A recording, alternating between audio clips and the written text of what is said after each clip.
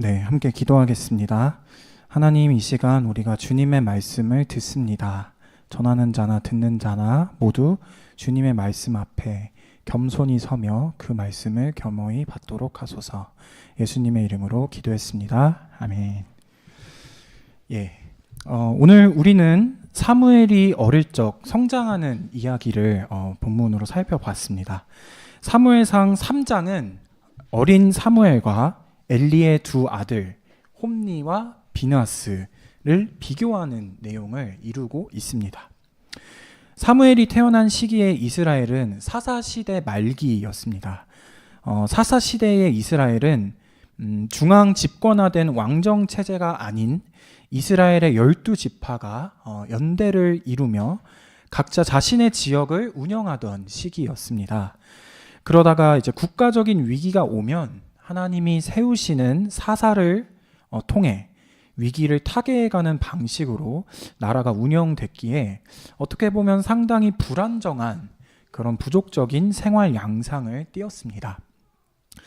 외부적으로는 당시에 이제 블레셋의 지속적인 압력과 침략이 있었고, 또 내부적으로는 각 지파의 점진적인 성장으로 인해서 도시 중심적인 권력의 발전, 그리고 부의 축적, 또 토지의 확보를 위한 투쟁, 그리고 분파와 정파의 등장 등으로 내부적으로 상당한 혼란을 빚고 있었습니다. 우리가 오늘 함께 살펴본 본문에서 나오는 엘리라고 하는 제사장은 실로 지역의 대제사장이자 당대 이스라엘의 사사였습니다. 그래서 그는 12지파를 아울러서 국내외적인 어려움을 극복해야 할 사명과 책임을 지고 있었으나 그는 상당히 무능했습니다. 또한 알려진 바와 같이 자신의 아들들을 바른 길로 이끌지 못했습니다. 그래서 홈니와 비느하스는 소년 시절부터 하나님 앞에서 악행을 저질렀습니다. 그들은 자신들에게도 주어진 제사장으로서의 권한을 악용했습니다. 그래서 사리사욕을 채웠습니다. 오늘 그 본문 말씀 사무엘상 3장 12절에 보면 당시에는 사람들이 가져오는 제사용 동물 중 일부가 제사장들의 식량으로 이렇게 보관됐다는 것을 알 수 있습니다.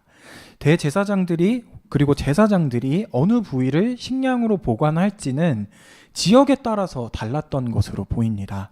레위기 7장 28절에서 36절에 따르면 제사용 동물을 잡은 후 오른쪽 뒷다리를 제사장들이 식량으로 취할 수 있었습니다.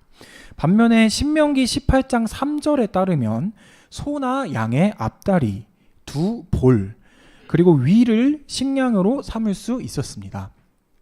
엘리와 그의 아들들이 거주했던 실로 지역에서는 관례상 그 제사용 동물을 물이 펄펄 끓는 가마나 솥에 이렇게 그 제사용 고기를 넣어서 삶을 때 갈고리를 찔러 넣어서 건져 올려지는 고기를 제사장이 취해야 했습니다. 이렇게 지역에 따라서 제사장들에게 식용으로 지급되는 부위와 방법은 각각 달랐지만 확실한 것은 제사용 동물은 우선적으로 하나님께 드려지는 것이었기에 흠이 없이 거룩함을 잘 지키기 위해서는 그 주어진 규율을 또 관례를 엄격하게 준수해야 했습니다. 하지만 홈니와 비느하스는 그 규율에 따르지 않고 자기들의 입맛대로 고기를 취했습니다. 15절 16절을 보면 그들은 심지어 고기를 삶기도 전에 자기들은 고기를 구워 먹고 싶다면서 구이용으로 먼저 고기를 내놓으라고 제사 드리는 사람을 겁박했고, 또 그 요구에 맞춰주지 않는 이들에게는 그 고기를 무력으로 빼앗아서 자신들이 원하는 부위를 갈취했습니다. 또한 오늘 함께 읽지는 않았지만 사무엘상 3장 22절을 보면 그들은 회막문에서 수종드는 여성들과 동침을 하며 문란하고 방탕한 생활을 이어갔습니다. 그러니까 종교적 권한과 권력을 남용하고 악용해서 자신들의 사리사욕을 채우는 전형적인 모습을 이 엘리의 두 아들들은 보였던 것입니다. 이들에게 하나님의 진노가 임했고 나중에 결국 블레셋과의 전투에서 참패를 당한 후 살해되면서 비참한 죽음을 맞이하게 됩니다. 반면 사무엘은 사람들과 하나님으로부터 은총을 받고 이쁨을 받으며 자라나는 모습을 보입니다. 그리고 우리는 사무엘이 이후 이스라엘 사사시대의 마지막 시기와 또 왕정체제를 구축하는 그 과도기 사이에서 하나님의 뜻을 전하는 마지막 사사이자 또 이스라엘의 선지자로서 훌륭한 역할을 감당해내는 것을 보게 됩니다. 오늘 사무엘상 본문을 통해 우리는 엘리와 그의 두 아들로 상징되는 이스라엘의 낡은 세대와 권력이 횡행할지라도 머지않아 하나님께서는 사무엘이라는 인물로 새 시대를 열어가신다는 것을 알 수 있습니다. 함께 읽은 누가복음 말씀에서도 우리는 사람들과 하나님께 사랑받는 어린 예수를 통해 하나님의 새로운 구원의 역사가 시작되고 있다는 것을 알 수 있습니다. 우리가 믿는 하나님은 낡고 무의미해진 것들을 뒤로 하시고 하나님의 방법으로 새 일들을 행하십니다. 지금 당장은 전쟁과 폭력, 갈등, 혐오와 차별, 쫓겨남이 횡행해 보이는 세상이지만 우리가 소망을 잃지 않을 수 있는 이유는 주님께서 여전히 일하고 계시기 때문입니다. 현재 한국 사회와 한국 교회는 많이 아픕니다. 윤석열 대통령은 얼마 전 위헌적, 불법적 비상계엄을 선포해 그동안 수많은 무고한 생명의 희생으로 값지게 얻어낸 민주주의를 파괴하고 역사를 과거로 퇴행시키려는 시도를 했습니다. 윤 대통령은 몇 차례 담화문을 통해 계엄령을 발동하되 그 목적은 국민들에게 거대 야당의 반국가적 패악을 알려 이를 멈추도록 경고하는 것이었다. 그래서 질서 유지에 필요한 소수의 병력만 투입하고 실무장은 하지 말고 국회 계엄 해제 의결이 있으면 바로 병력을 철수시킬 것이라고 했습니다. 실제로 국회에 계엄 해제 의결이 있자 국방부 청사에 있던 국방장관을 자신의 제 사무실로 오게 하여 즉각적인 병력 철수를 지시하였습니다. 라고 말했지만 최근 국정감사와 사법부의 조사를 통해 윤석열 대통령이 오랜 시간 소수의 군 수뇌부와 함께 계엄을 치밀하게 준비한 정황이 드러났고 비상계엄 선포 당시 계엄군에게 국회 본 회의실에 들어가서 계엄을 무력화하기 위해 모인 국회의원들을 끌어내라고 명령을 했습니다. 심지어 그 과정에서 발포 명령까지 내린 사실이 드러났습니다. 즉 국민들에게 거짓말을 한 것이죠. 자칫하면 우리의 역사는 약 40년 전으로 후퇴할 수 있었고 수많은 무고한 이들의 희생이 발생할 수 있었던 상황이었는데도 한국교회는 이러한 불의한 권력자의 악행에 대해 침묵으로 방관하는 것도 모자라 지금은 기도할 때라며 교인들의 적극적인 항거를 저지하고 심지어 불의한 지도자를 옹호하며 2차 내란을 일으켜야 한다고 교인들을 선동하기에 이르는 지경입니다. 이런 한국교회 지도자들을 보고 있으면 너무나도 답답하고 개탄스럽기 그지 없습니다. 하지만 그럼에도 불구하고 우리가 소망을 잃지 않을 수 있는 것, 아니 우리가 소망을 잃지 말아야 하는 것은 과거 불의한 엘리 제사장 시대의 종말을 고하고 사무엘을 통해 새 시대를 여셨으며 로마와 유대 지도자들이 지배하는 낡은 세상 한복판에 예수 그리스도를 보내셔서 새 하늘과 새 땅을 이루어 가신 하나님께서 오늘도 살아계셔서 역사를 주관하시기 때문입니다. 하나님께서는 여전히 이렇게 망가져 보이는 세상 한복판에서 활동하시며 하나님 나라의 완성을 위해 일하고 역사하신다는 것을 우리는 믿습니다. 우리나라는 지난 1987년 6월 항쟁을 통해 대통령을 국민의 손으로 직접 뽑는 직선제를 도입하고 사회의 민주화를 이룩했습니다. 그러나 현재 탄핵 정국을 지나면서 이제는 87년 체제를 넘어서서 더 발전된 민주주의가 필요하다는 국민들의 목소리가 들리고 있습니다. 물론 그동안 87년 체제가 한계에 직면하고 있다는 지적은 이미 시민사회에서 여러 차례 제기된 바 있습니다. 우리는 지난 2016년 독재자의 딸 박근혜 대통령 탄핵 이후 촛불 정부를 탄생시켰지만 문재인 정부는 상당히 실망스러운 국정 운영을 우리에게 보여주었습니다. 그러나 다시 한번 기회가 왔습니다. 이 시기에 우리 한국교회가 또 우리 그리스도인들이 이 시대적인 요청에 역사의 부름 앞에 어떻게 반응하는지가 너무나도 중요합니다. 더 발전된 민주주의의 모습이 어떠한지 우리는 명확하게 알 수 없습니다. 그리고 그것이 과연 하나님 나라와 일치하는 모습일지도 모릅니다. 아닐 수도 있습니다. 그러나 확실한 것은 우리에게는 반드시 극복해야 할 문제들과 과제들이 산적해 있다라는 것입니다. 우리 개인이 겪고 있는 여러 가지 문제들부터 시작해서 사회적인 현안들이 너무나도 많이 쌓여 있습니다.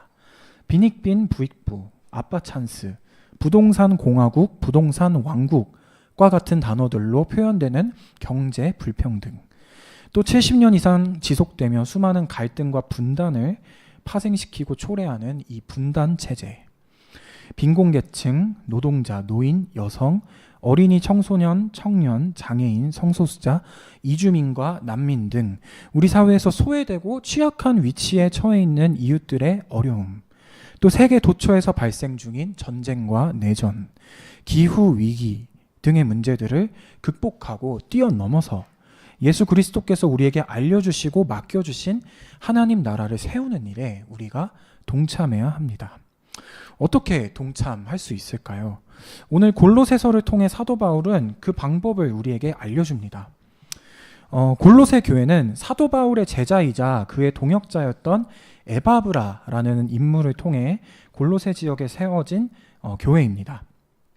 그래서 사도 바울은 골로새 교회를 자신의 전도 사역의 수고의 열매였다라고 지칭을 합니다. 에바브라의 수고로 골로새 교회는 건강하게 성장을 할 수 있었으나 그 성장 과정에서 교회 안에 잘못된 철학과 가르침을 전하는 이들이 들어왔고, 이로 인해 혼란을 겪자 사도 바울이 골로새 교회 교인들에게 복음의 본질을 붙잡으라고 권고하기 위해 쓰여진 편지가 골로새서입니다. 따라서 골로새서를 읽는 것은 그리스도인들이 붙잡아야 할 복음의 본질이 무엇인지, 또 그리스도인들이 일상에서 실천해야 할 윤리가 무엇인지를 잘 보여주고 있습니다. 오늘 본문 3장 12절에서 13절을 보면 바울은 골로새 교회 교인들에게 서로를 향한 긍휼의 마음, 다정함, 친절함, 낮은 자세, 온유, 인내, 용서와 관용 등을 실천하며 살라고 합니다. 그것이 하나님이 선택하신 거룩한 사람, 즉 그리스도인들이 마땅히 실천해야 하는 행동이라는 것입니다. 그러나 그는 여기서 그치지 않습니다. 14절에 보면 이 모든 것 위에 사랑을 보태라 라고 말하고 있습니다. 그리고 사랑은 모든 것을 묶어 완전하게 하는 띠라고 이야기를 합니다. 12절부터 13절까지 바울이 나열한 그 모든 태도들은 사랑이라는 가치의 하위 개념 또는 사랑을 구체적으로 실천한 모습이라고 할 수 있겠습니다. 그러나 여기서 그치지 않고 바울은 평화를 지향하라고 우리에게 알려주고 있습니다. 15절에서 평강이 우리 마음을 주장하게 하라. 우리는 평강을 위하여 한 몸으로 부르심을 받았다라고 말합니다. 새한글 성경에는 그리스도의 평화가 여러분 마음속 결정권자가 되게 하기 바랍니다. 이 평화를 누리도록 여러분이 부름받아 한 몸 안에 있게 된 것입니다.